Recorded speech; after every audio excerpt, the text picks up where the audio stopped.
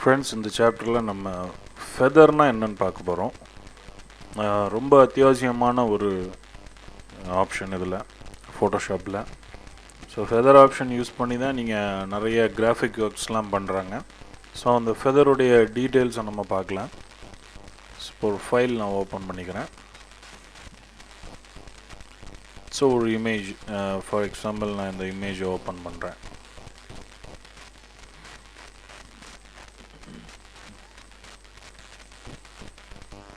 So நான் இந்த பேக்ரவுண்டை வந்து லேயராக கன்வெர்ட் பண்ணிக்கிறேன். வழக்கம் போல் நியூவில் போய் லேயர் ஃப்ரம் பேக்ரவுண்ட் கொடுத்தாச்சுன்னா அது ஆட்டோமேட்டிக்காக லேயர் 0க்கு தட்டி விட்றேன். ஸோ லேயர் 0 வந்துடுது.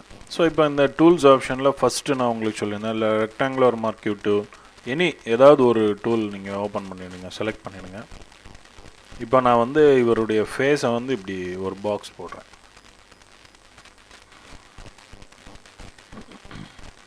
இப்போது நான் இன்னொரு ஃபைலும் நான் ஓப்பன் பண்ணி வச்சுக்கிறேன். தட் இஸ் நம்ம ஆல்ரெடி கட் பண்ண ஒரு இமேஜை நான் சும்மா ஆக்சுவலாக இந்த இமேஜும் ஓப்பன் பண்ணி வச்சுக்கிறேன்.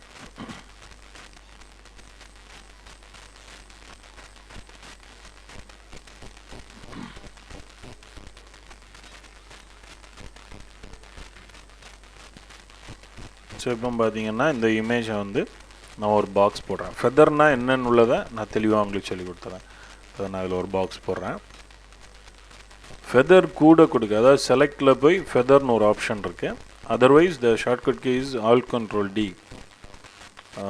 இப்போ நான் இந்த ஃபெதர் ஆப்ஷன் வந்து ஒரு 35 நான் அப்ளை பண்ணுறேன்.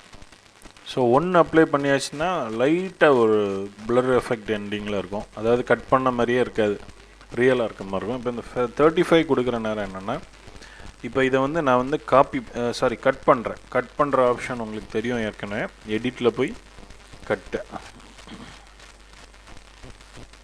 ஸோ இந்த ஃபைலை செலக்ட் பண்ணுறேன், ஜான் சாம்பிள் ஃபைலை செலக்ட் பண்ணுறேன்.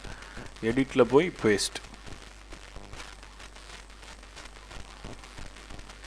ஸோ இப்போ உங்களுக்கு ஃபெதர்னால் என்னன்னு புரிஞ்சிருக்கும்னு நினைக்கிறேன். ஸோ இந்த மாதிரி இப்போ நான் இந்த மாதிரி கிராஃபிக் ஒர்க்ஸ் பண்ணுறேன். இந்த சைடில் சுற்றி பார்த்தீங்கன்னா கட் பண்ணியிருக்கதே தெரியாது, ரியலாக இதுக்கு கூட அப்படி எடுத்த மாதிரி இருக்கும். ஸோ சைட்லலாம் இந்த மாதிரி ஃபெதரிங் ஆகிருக்கும். ஃபெதரிங் மீன்ஸ் இந்த மாதிரி மெர்ஜ் ஆகிரும், இன்னொரு ஆப்ஜெக்ட் கூட மெர்ஜ் ஆகிரும். ஸோ இதை தான் நம்ம ஃபெதர்னு சொல்கிறோம். ஸோ இப்போ இதே இதில் வந்து நான் 1 கொடுத்தேன்னா என்ன ஆகும், ஃபெதர் வேல்யூ கூட மெர்ஜிங் கெப்பாசிட்டி வந்து கூட்டிகிட்டே இருக்கும். ஸோ இப்போ நான் 1 கொடுக்குறேன்னு வைங்க, செலக்டில் போய் ஃபெதர். ஒன்றும் டிஃப்ரென்ஸ் இருக்காது. இப்போ பார்த்தீங்கன்னா காப்பி பண்ணுறேன், கண்ட்ரோல் C ஆர் அதர்வைஸ் கட்டு, இதில் பேஸ்ட் பண்ணுறேன். இமேஜில் போய் பேஸ்ட், எடிட்டில் போய் பேஸ்ட். ஸோ வித்தியாசம் தெரியாது. இப்போ 1 பார்த்தீங்கன்னா சும்மா அப்படி துண்டாக கட் பண்ண மாதிரி இருக்குது. இதே ஃபெதரை வந்து நான் 35 கொடுத்தோடனே இந்த மெர்ஜிங் வந்து ஓவர் ஆயிடுது. ஸோ நமக்கு எந்தெந்த இமேஜுக்கு எந்தெந்த கிராஃபிக் ஒர்க்குக்கு எவ்வளவு தேவையோ, எப்படி நம்ம அந்த இமேஜ் அப்ளை பண்ணுறோமோ அதுக்கு ஏற்றாப்புல இந்த ஃபெதர் ஆப்ஷன்ஸை நம்ம யூஸ் பண்ணிக்கலாம். ஃபெதர் வந்து நம்ம ஒர்க் பண்ணுற நேரம் ரெகுலராக மேக்ஸிமம் இந்த மேரேஜ் ஆல்பம் ஒர்க்ஸ்லாம் பார்த்திங்கன்னா இந்த ஃபெதர் ஆப்ஷன் வந்து அடிக்கடி நம்ம யூஸ் பண்ணிகிட்டு இருக்க வேண்டியிருக்கும். So feather option, pen tool option, இந்த லேயர் கான்செப்ட், இதை பேஸ் பண்ணி தான் உங்களுக்கு ஃபுல் ஒர்க்குமே வரும்.